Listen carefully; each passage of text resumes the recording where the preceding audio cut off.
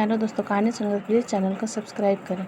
मैं अपने माता पिता की बड़ी बेटी थी। मेरे अलावा मेरी 2 और बहनें थीं। सबसे छोटा एक भाई था, उसका नाम कार्तिक है। मेरी माँ घरेलू महिला थी, जबकि मेरे पिता फेरी लगाकर कपड़े बेचा करते थे। मैं जवान हो चुकी थी। मेरे पिता चाहते थे कि कोई सही लड़का मिल जाए तो वह मेरे हाथ पीले कर। थोड़ी खोजबीन के बाद उन्हें एक लड़का मिला जिसका नाम बिमल था, जो उन्हें पसंद आया। उनका शहर में खुद का मकान था। बिमल व उसके घर वाले ने जब मुझको देखा तो मैं उन्हें पसंद आ गई। मुझको देखकर बिमल के पिता बिना किसी दहेज के बेटे की शादी करने के लिए तैयार हो गए। फिर सामाजिक रीति रिवाज से मेरा और बिमल का विवाह हो गया। इस शादी से बिमल भले ही खुश था, लेकिन मैं खुश नहीं थी। इसकी वजह यह थी कि मैंने जिस तरह पढ़े लिखे और स्मार्ट पति के सपने संजोए थे, बिमल जैसा बिल्कुल नहीं था। मैं ससुराल में हफ्ते भर रही, पर मैं पति के साथ भावनात्मक रूप से बंध नहीं सके। हफ्ते बाद मैं मायके आई तो मेरा चेहरा उतरा हुआ था। माँ ने कारण पूछा तो मैं मायूस होकर बोली, माँ, तुम लोगों ने सिर्फ यह देखा कि वे दहेज नहीं मांग रहे, पर यह नहीं देखा कि लड़का कैसा है। सब कुछ तो है उसके पास, तुझे किस चीज़ की कमी है? तुझे तो पता है कि अभी तेरी 2 बहनें और हैं, हमें उन्हें भी ब्याहना है। माँ ने अपनी मजबूरी जाहिर की तो मैं चुप हो गई। माँ के इस जवाब के बाद मैंने हालात से समझौता कर लिया। मैं ससुराल में पति के साथ रहने लगी। ससुराल का वातावरण कुछ खास नहीं था। बात बात पर रोक टोक होती थी। पति की कमाई भी सीमित थी, जिसके कारण मुझको अपनी इच्छाएं सीने में ही दफन करनी पड़ती थी। वक्त के साथ मैं एक बच्चे की माँ बन गई। परिवार बढ़ा तो खर्चे भी बढ़ गए। जबकि मुझको लगा कि बिमल की कमाई से घर का खर्च नहीं चल पाएगा, तो मैंने पति को शहर जाकर नौकरी या कोई काम करने की सलाह दी। मेरी यह बात बिमल को भी ठीक लगी। बिमल का एक दोस्त था, विवेक। वह शहर में एक फैक्ट्री में काम करता था। कहीं काम दिलाने के संबंध में उसने विवेक से बात की। विवेक ने उसे सुझाव दिया कि वह साइकिल मरम्मत का काम शुरू करे। पंक्चर लगाने के बाद से उसे अच्छी कमाई होने लगी। बिमल को दोस्त की सलाह पसंद आ गई। उसने साइकिल मरम्मत की दुकान खोल ली और एक कमरा किराए पर लेकर रहने लगा।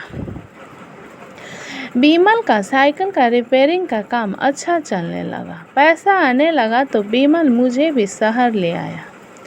शहर आकर मैं खुश थी। शहर आने के बाद मैं बंद संवर कर रहने लगी। मैंने घर के पास ही स्थित एक स्कूल में बच्चे का दाखिला करा दिया। बच्चे को स्कूल भेजने व लाने का काम मैं खुद करती थी। रोहन नाम का एक युवक मेरे पति बिमल के दुकान पर अपनी साइकिल रिपेयर कराने आता था। वह एक फैक्ट्री में काम करता था। रोहन के बिमल से दोस्ती हो गई। ज़रूरत पड़ने पर बिमल रोहन से पैसे भी उधार ले लेता था। कभी कभी दोनों साथ बैठकर शराब भी पी लेते थे। पीने पिलाने का खर्च रोहन ही उठाता था। एक दिन रोहन दुकान पर आया तो बिमल बोला, रोहन, आज मेरे बेटे आर्यन का जन्मदिन है। मेरी तरफ से आज तुम्हारी दावत है। शाम को फैक्ट्री से सीधे घर आ जाना, भूलना मत। ठीक है, मैं ज़रूर आऊँगा, कहते हुए रोहन फैक्ट्री चला गया। शाम को रोहन गिफ्ट लेकर मेरे घर पहुँच गया। बिमल उसका ही इंतज़ार कर रहा था। उसने रोहन को गले लगाया, फिर मुझको आवाज़ दी, माधवी, देखो तो कौन आया है। बेटे का जन्मदिन होने की वजह से मैं पहले से ही सजी धजी थी। पति की आवाज़ सुनकर मैं आ गई। मैं रोहन की ओर देखकर बोली, मैंने आपको पहचाना नहीं। भाभी जी, जब मैं आपके घर कभी आया ही नहीं तो पहचानेंगे कैसे? मैं बिमल भैया का दोस्त हूँ, नाम है रोहन, वह बोला। मेरी रोहन से यह पहली मुलाकात थी। पहली ही मुलाकात में मैं रोहन के दिलो दिमाग पर छा गई। बिमल ने रोहन की खूब खातिरदारी की। उस समय मैं भी मौजूद रही। इसके बाद रोहन ने ठान लिया कि वह किसी भी तरह मुझको हासिल करके रहेगा।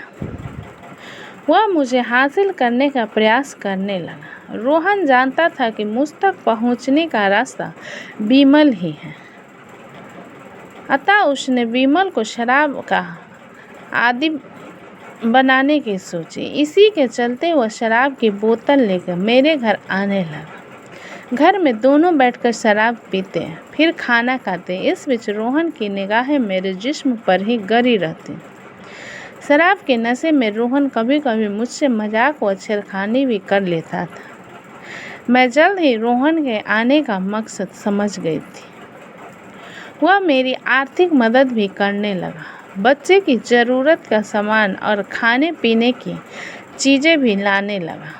धीरे धीरे रोहन ने अपने एहसानों का व लचकदार बातों से मेरे दिल में जगह बना ली। अब मैं भी रोहन से खुलकर हंसने बोलने लगी। एक दिन मेरा पति विमल किसी काम से बाहर गया हुआ था और बेटा स्कूल। मैं घर के काम निपटाने के बाद बेटे को स्कूल से लाने की तैयारी कर रही थी, तभी रोहन आ गया। इस अकेलेपन में रोहन खुद को रोक नहीं सका और उसने मुझको अपनी बाहों में भर लिया।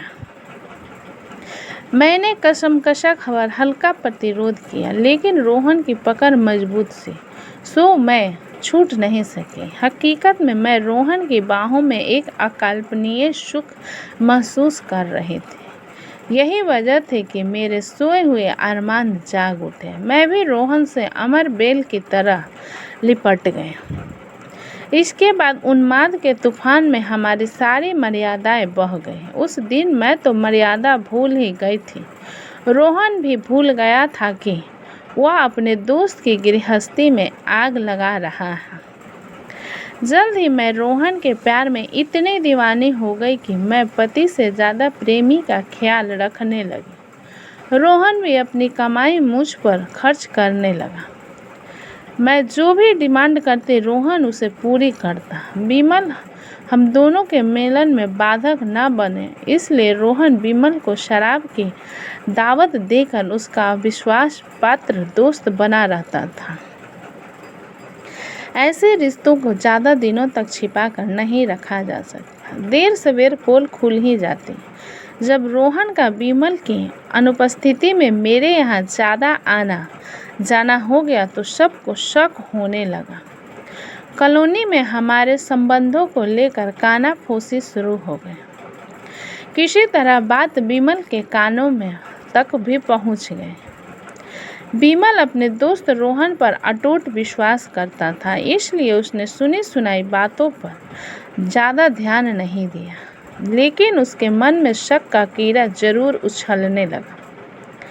शक के आधार पर एक रोज़ विमल ने मुझसे रोहन के बारे में पूछा तो मैं तुनक कर बोली, रोहन तुम्हारा दोस्त है, तुम ही उसे लेकर घर आए थे। वह आता है तो मैं उसे हंस बोल लेती हूँ। पास पड़ोस के लोग जलते हैं। पड़ोसियों की झूठी बातों में आकर तुम भी मुझ पर शक करने लगे। मैं शक नहीं कर रहा, केवल पूछ रहा। विमल प्यार से बोला, पूछना क्या है? अगर तुम्हें मुझसे ज़्यादा पड़ोसियों की बातों पर भरोसा है तो रोहन को घर आने से मना कर दो। लेकिन सोच लो, रोहन हमारी मदद भी करता है और तुम्हारी पार्टी भी। तुम्हारी कमाई से मकान का किराया, बच्चों की फीस और घर गृहस्थी का खर्च क्या चल पाएगा? मेरी बात पर विश्वास कर विमल शांत हो गया।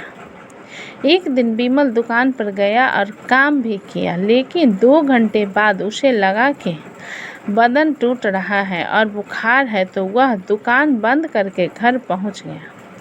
कमरा अंदर से बंद था। कुंडी खोलने के लिए उसने जंजीर की ओर हाथ बढ़ाया ही था कि तभी उसे कमरे के अंदर से मेरे हंसने की आवाज़ आई। विमल ने अपना हाथ रोक लिया। उसने दरवाजे की झिर्री से देखा तो दंग रह गया। मैं और रोहन एक दूसरे के बाहों में थे। विमल का खून खौल उठा, लेकिन उस समय वह बोला कुछ नहीं। कुछ देर जरवत खड़ा रहा। फिर खटखटाने पर दरवाज़ा खुला तो उसे देखकर मैं और रोहन अपराध बोध से कांपने लगे। हम दोनों ने विमल से माफ़ी मांगी और भविष्य में ऐसी गलती ना दोहराने का वादा किया। हमें माफ़ करने के अलावा विमल के पास कोई दूसरा रास्ता भी नहीं था। मेरी बेवफाई से विमल को गहरी ठेस लगी थी। उसे अब अपनी इज्जत बचानी थी, इसलिए उसने शहर छोड़कर घर जाने का निश्चय कर लिया। मुझको घर वापस जाने की बात पता चली तो मैंने बेटे की पढ़ाई का सवाल उठाया, लेकिन विमल मानने को तैयार नहीं हुआ। मुझको और बेटों के साथ लेकर वह अपने घर आ गया। विमल खेती किसानी वही मजदूरी करके बेटे का पालन पोषण करने लगा। उसने बेटे का दाखिला कस्बे के प्राइमरी स्कूल में करा दिया। मेरे गांव चले जाने के बाद रोहन परेशान हो उठा। उसे मेरी याद आने लगी। रोहन से जब रहा नहीं गया तो वह मेरे ससुराल पहुंच गया। वहाँ विमल ने उसे बेइज्जत किया और मुझसे नहीं मिलने दिया। इसके बाद तो वह सिलसिला ही बन गया। रोहन आता और बेइज्जत होकर वापस जाता। कुछ दिनों तक मुझको रोहन की बात बहुत याद आई, लेकिन धीरे धीरे मुझे भी लगने लगा कि शायद विमल सही कर रहा है, क्योंकि रोहन के साथ मेरे रिश्ते का कोई भविष्य नहीं था। अब मैंने भी फैसला कर लिया कि विमल के साथ रहकर एक नई ज़िंदगी की शुरुआत करूं और अपने बीते हुए कल को भुला दूं। तो दोस्तों, अगर आपको यह कहानी अच्छी लगी हो तो कमेंट करके हमें ज़रूर बताइए और चैनल को लाइक करें, सब्सक्राइब करें एंड शेयर करें। कहानी अच्छी लगे तो प्लीज़ चैनल को सब्सक्राइब करें, अपना सपोर्ट करें। अपना कीमती समय देने के लिए धन्यवाद।